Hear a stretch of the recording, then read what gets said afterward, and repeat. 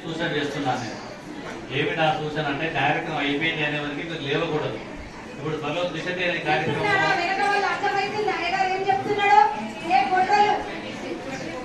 త్వరలో మళ్ళీ ఆశ్వీజ మాసంలో త్రిశతి అనే కార్యక్రమం ఏర్పాటైతుంది.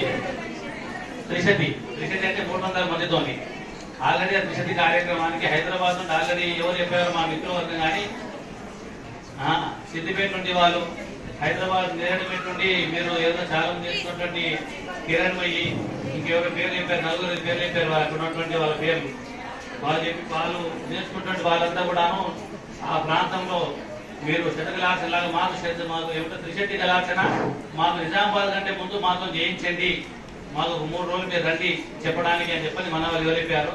అక్కడ త్వరలో అంటే మనకంటే ముందే జరగబోతుంది. అక్కడ మనందరికీ ఏమో ఎప్పుడు ఇంటికి వెళ్ళిపోదాం, ఎప్పుడు ముగించేద్దాం మీరు అనుకుంటున్నారు.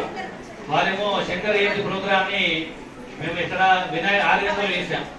శంకర్ ఏం చేసేటువంటి కార్యక్రమాన్ని కంటి స్వామి నలభై చూశారు. వాళ్ళ తమ్ముడు రఘు అని పరిచయం చూసి వాళ్ళు ఇక్కడ వచ్చినప్పుడు నక్షత్ర మాలికా స్తోత్రం శ్రీమదాత్మనే గుణైక సింధే నమ శివాయ నమ శివాయ మనం చెప్పాము, వాళ్ళని చెప్పారు.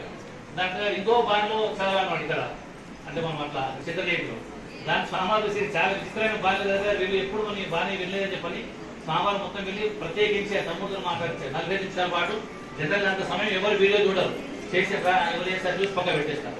ఆ భాగ్యాన్ని పరమాత్మ మనందరికీ ఇచ్చాడు. మీ ద్వారా మీరు అడిగారు కాబట్టి నాకు ఇచ్చారు. కాబట్టి మీరు ఇట్లా మీరు అదేమంటారు తొందర వెళ్ళిపోతా అనుకున్నట్టు వెళ్ళిపోండి. ఎందుకంటే చెప్పాల్సిన అంశాలు కొన్ని ఉన్నాయి కాబట్టి మేము చెప్పుకుంటాం. మేము ఇక్కడ ఎవరు వెళ్తున్నారు అని చెప్పంటే ఎవరైతే మా క్లాసుకు రాలేదో, ఎవరైతే మా నోటి నుండి సౌందర్య లహరి వినలేదో, వినటువంటి వాళ్ళకి తెలుసు, దాని విలువ తెలుసు. అక్కడ చెప్పేటప్పుడు వారు పడ్డ కష్టం తెలుసు. ఫ్యాన్ లేకుండా పాపం ఎండాకాలంలో కూర్చొని చదివారు. మీరు సహాయంగా వచ్చారు, బుక్ దొరికింది, అక్షరాలు ఇవన్నీ శివశక్త్యాయుక్తో ఇది ఒక శక్త ప్రభావితం ప్రదీప జ్వాల అవి అక్షరాలు చదువుపోయారు కదంతా. ఎవరు సౌందర్యాలు చదవలేదు, అందరూ అక్షరాలు చదివారు. అయినా శతకలాక్షణ అమ్మవారు మీకు భాగస్వామ్యం కలిగించింది, అది మీ అదృష్టం. గ్రహించండి. అందరు అక్షరాలు ఇప్పుడు ఈ శతకాలు పిల్లలు తీసుకొస్తాను, ఫస్ట్ క్లాస్ పిల్లలు చదవయ్యా అని చెప్పంటే షి బా త్యా ఏమి చదువుతారు వాడు కూడా. అది కూడా నిమిషం కలిపామంటే శివశక్త్యాయుక్తో సరిపోతుంది. కానీ దానికి మంత్రత్వ లక్షణము లేదా దానికి విలువైన లక్షణం ఎప్పుడు వస్తుంది? ఒకరి ద్వారా నేర్చినప్పుడు మాత్రమే వస్తుంది. అట్లా లలిత సహస్రనామాలు మనం చదవలేక దాన్ని ఎంత పంచగా చేసేసామని చెప్పంటే దాని విలువ లేకుండా అయిపోయింది. లలిత సహస్రనామాలు ఎక్కడ ఆపుతారు, ఎక్కడ ఆపాలి అనేటువంటి నియమం లేకుండా ఇట్లాగే చదువుంటే మధ్యలో లేచిపోతారు, ఫోన్ వస్తుంది మధ్యలో లేచిపోతారు. వాటికి ఏం పేరు? రహస్యనామ స్తోత్రం అని పేరు. రహస్యం అంటే ఏమిటి? దాంట్లో కోటానుకోట విషయాలు ఉన్నాయి.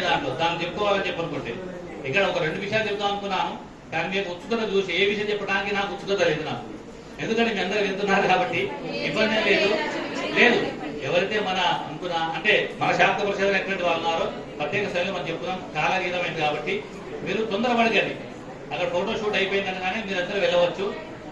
ఫోటోషూట్ అయిపోయిందమ్మా మీది? అయిపోతే వెళ్ళండి, ఇబ్బంది లేదు. ఇంతతో కార్యక్రమాన్ని అమ్మవారు అర్పణ చేస్తూ జగదంబ విశ్వపాలిని మాత అందరూ తప్పకుండా భోజనం చేసి వెళ్ళాలి అని సూచన చేస్తున్నాను.